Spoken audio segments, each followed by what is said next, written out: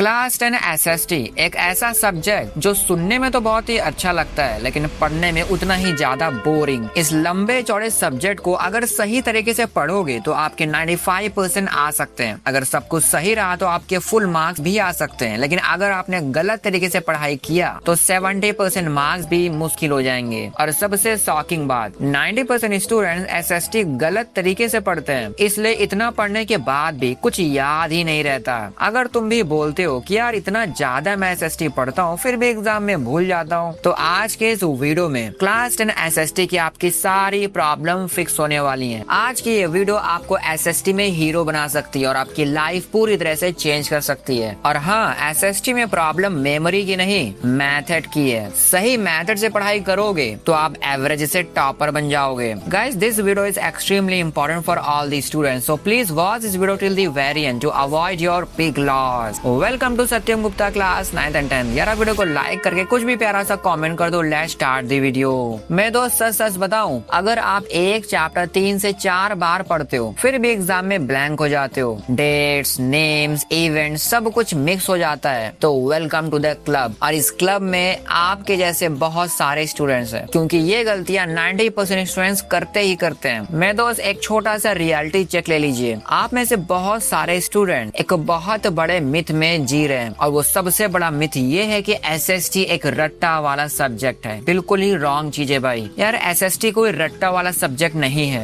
SST का real formula है SST equals story plus connection plus revision system. यानी अगर आपने एसएसटी की सारी स्टोरीज को सही से पढ़ लिया, उसे कनेक्ट कर लिया और टाइमली रिवाइज कर लिया, तो एसएसटी आपके लिए रट्टा नहीं बल्कि सबसे स्कोरिंग सब्जेक्ट बन जाएगा। अब मैं आपको बताता हूँ आपको एसएसटी को विजुअलाइज कैसे करना है। फॉर एग्जाम्पल, अगर आप हिस्ट्री पढ़ रहे हो तो यार हिस्ट्री को बिल्कुल नेटफ्लिक्स की सीरीज की तरह पढ़ो। और भाई आपको एक छोटा सा हैक भी दे देता हूँ। हिस्ट्री में जो भी इवेंट आप पढ़ रहे हो यार उसके ऊपर एनिमेशन देख लो, उसके ऊपर एक मूवी देख लो, मूवी का ट्रेलर देख लो। मतलब एकदम फील आना चाहिए कि यार हाँ ये वाला इवेंट हुआ था तो इसका ऐसा विजुअलाइजेशन मूवीज के अंदर हुआ है। वो सारा कुछ आपके दिमाग में होना चाहिए भाई, बिल्कुल नेटफ्लिक्स की सीरीज की तरह। अगर भाई ज्योग्राफी है तो आपको रियल वर्ल्ड को देखना पड़ेगा। ज्योग्राफी के कुछ डॉक्यूमेंट्रीज आप देख सकते हो, ट्रैवल ब्लॉग्स देख सकते हो, माउंटेन्स का, फॉरेस्ट का और भी बहुत सारी चीजों का भाई एकदम फील आनी चाहिए तो मजा आएगा। अगर सिविक्स की बात की जाए तो आपको पूरा इंडियन सिस्टम समझना होगा। सबसे ज्यादा पावरफुल कौन है, सेकंड नंबर पे कौन है, उसके नीचे कौन है, एज अ सिटीजन हमारे राइट्स क्या हैं। अगर सरकार हमारी बात नहीं मानती है तो हम प्रोटेस्ट कर सकते हैं, जैसे अभी सीजेपी वाले प्रोटेस्ट कर रहे हैं। एजुकेशन मिनिस्टर धर्मेंद्र प्रधान का रेजिग्नेशन मांग रहे हैं। और पूरा सिस्टम का कंट्रोल किसके हाथ में होता है? प्राइम मिनिस्टर के हाथ में, यानी नरेंद्र मोदी के हाथ में। तो आप पूरे सिस्टम को सही से विजुअलाइज करो, न्यूज देखो,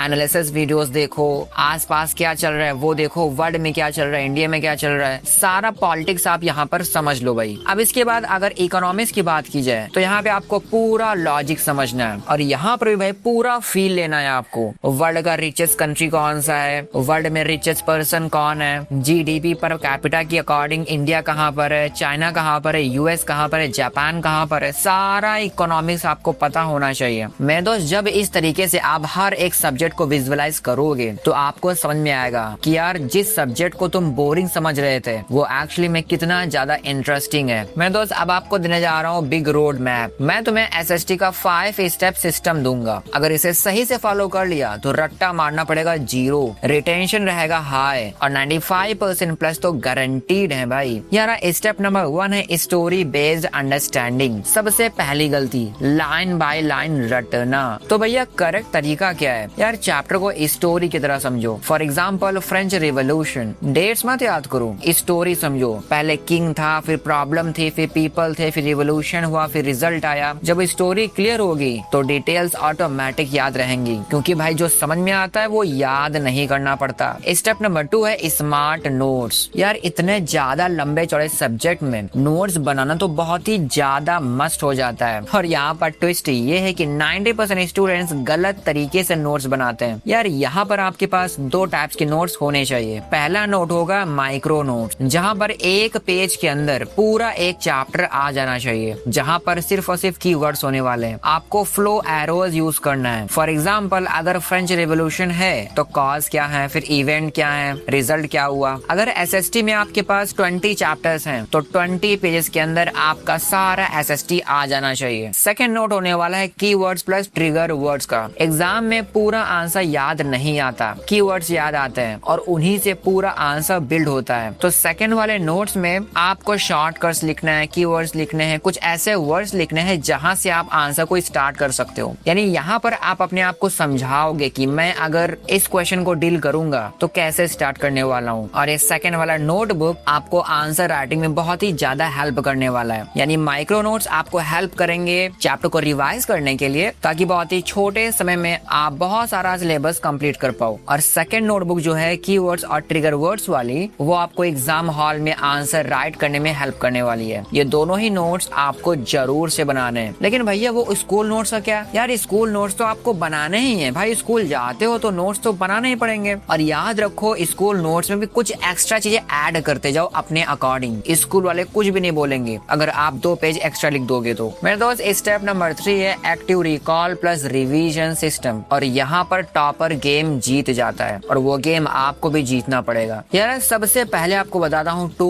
1 एंड 7 रूल। भैया ये कौन सा नया वाला रूल है? यार 1 का मतलब है डे 1 और डे 1 पे आपको करना है स्टडी। 2 का मतलब है डे 2 और यहाँ पर आपको करना है रिवाइज। और डे 7 पे भी आपको रिवाइज करना है अगेन। यानी अगर किसी टॉपिक को आपने डे 1 पे स्टडी किया है तो सेकंड डे आपको रिवाइज करना ही करना है और 7th डे अगेन से रिवाइज करना है। इससे आपकी रिटेंशन 3x हो जाती है, यानी आप कुछ भी भूलते नहीं हो। सेकंड ट्रिक है ब्लैंक पेज टेक्निक। चैप्टर आपको बंद कर देना है और एक ब्लैंक पेज लेना है। जो याद है उसे लिखना है, जो मिस हुआ वही आपका वीक एरिया है। और इस बात को याद रखो, रिवीजन मतलब दोबारा पढ़ना नहीं होता, खुद को टेस्ट करना होता है कि आपको कितना आता है और कितना नहीं आता है। यार स्टेप नंबर 4 है रिसोर्सेस स्ट्रेटेजी। सिंपल है बट बहुत ही पावरफुल है। यहाँ पर आपको ओवर थिंकिंग बिल्कुल भी नहीं करनी है, क्योंकि बहुत सारे बच्चे समझते हैं कि भैया जितनी ज्यादा चीजें होंगी उतना ज्यादा हमें फायदा मिलेगा, लेकिन ऐसा नहीं होता है। यार मान लो आपको अपने डेस्टिनेशन पे जल्दी पहुंचना है, तो क्या आप 4 ओला उबर बुक कर लोगे? यार तब तो आप किसी पर भी सही से बैठ नहीं पाओगे और आप अपने डेस्टिनेशन में पहुंच ही नहीं पाओगे। लेकिन अगर आपने एक ही रिसोर्स चुना, एक ही कार चुनी, तो उसके अंदर सही से बैठ करके आप जल्दी से वहां पर पहुंच सकते हो। इसलिए रिसोर्सेस का यूज सही से करना बहुत ही ज्यादा इंपॉर्टेंट है। एक चीज के लिए एक चीज ही आपको यूज करना है। परफेक्ट कॉम्बो क्या है? सबसे पहले एनसीईआरटी आपको लाइन बाय लाइन सही से समझनी है, एग्जाम्पल्स देखने हैं, मैप्स इग्नोर नहीं करना है। और कॉन्सेप्ट के लिए एनसीईआरटी सही है। सेकंड है क्वेश्चन बैंक से आपको केस बेस्ड क्वेश्चन देखने हैं, असर्शन रीजन क्वेश्चन देखने हैं, कॉम्पिटेंसी क्वेश्चन देखने हैं। और क्वेश्चन बैंक का मतलब आपको 4 कंपनीज की क्वेश्चन बैंक नहीं लेनी है, किसी एक कंपनी की क्वेश्चन बैंक लेनी है। तीसरी चीज है PYQs और ये सच में गोल्ड माइन है। लेकिन इस बात को याद रखो, आपको 10 कंपनीज का PYQ नहीं लेना, किसी एक कंपनी का PYQ लेना है। और PYQ सॉल्व करो भैया, क्योंकि बोर्ड एग्जाम के अंदर प्रीवियस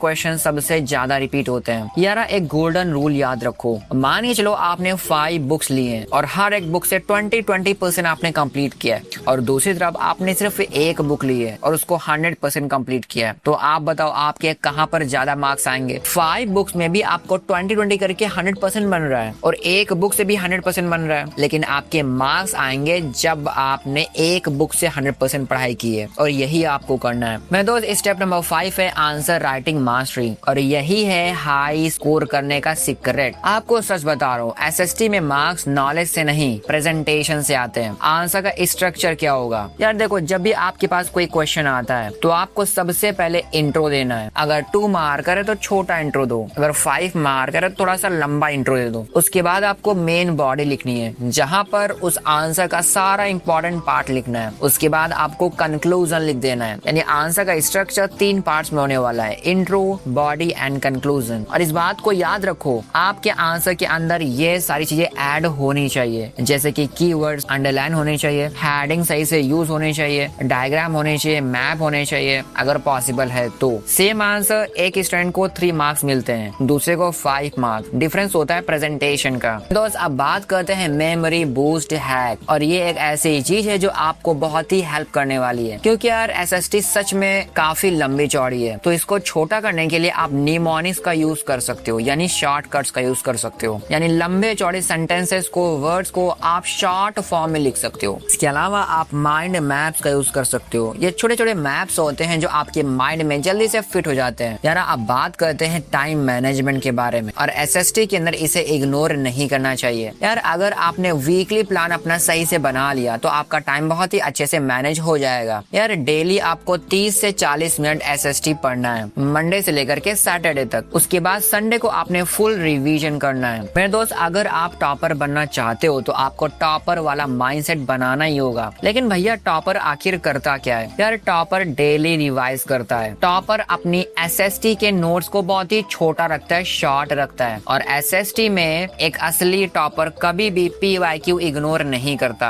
यानी डेली रिवाइज करना, नोट्स को शॉर्ट रखना एंड PYQ को इग्नोर ना करना। यार आपको एक छोटी सी कड़वी सच्चाई बता ही देता हूँ, SST में टॉपर वो नहीं जो ज्यादा पढ़ता है, बल्कि SST में टॉपर वो है जो ज्यादा याद रखता है। यानी पढ़ते तो सब हैं बहुत सारा, लेकिन बहुत लोग याद नहीं रख पाते बहुत सारा। मेरे दोस्त, अब तुम्हारे सामने एक पूरा सिस्टम है, अब चॉइस तुम्हारी है। सेम पुराना तरीका तो 70% पे रह जाओगे, अगर स्मार्ट सिस्टम से पढ़ोगे तो 95% आप ला सकते हो। यार SST टफ नहीं होती, टफ है बिना सिस्टम के पढ़ना। अगर आपने वीडियो में बताए सारे पॉइंट्स को सही से फॉलो किया तो यार SST आपके लिए हार्ड नहीं रहेगी, आपकी सारी प्रॉब्लम फिक्स हो जाएंगी। आपको बस कंसिस्टेंट रहना है, डिसिप्लिन रहना है और मेरे साथ बने रहना है, क्योंकि आपका क्लास 9th और 10th बहुत ही इजी होने वाला है। And guys, at the end I would say if you find this video helpful then don't forget to like it and share this video with one of your friend. Don't forget to check out tag the products in the description,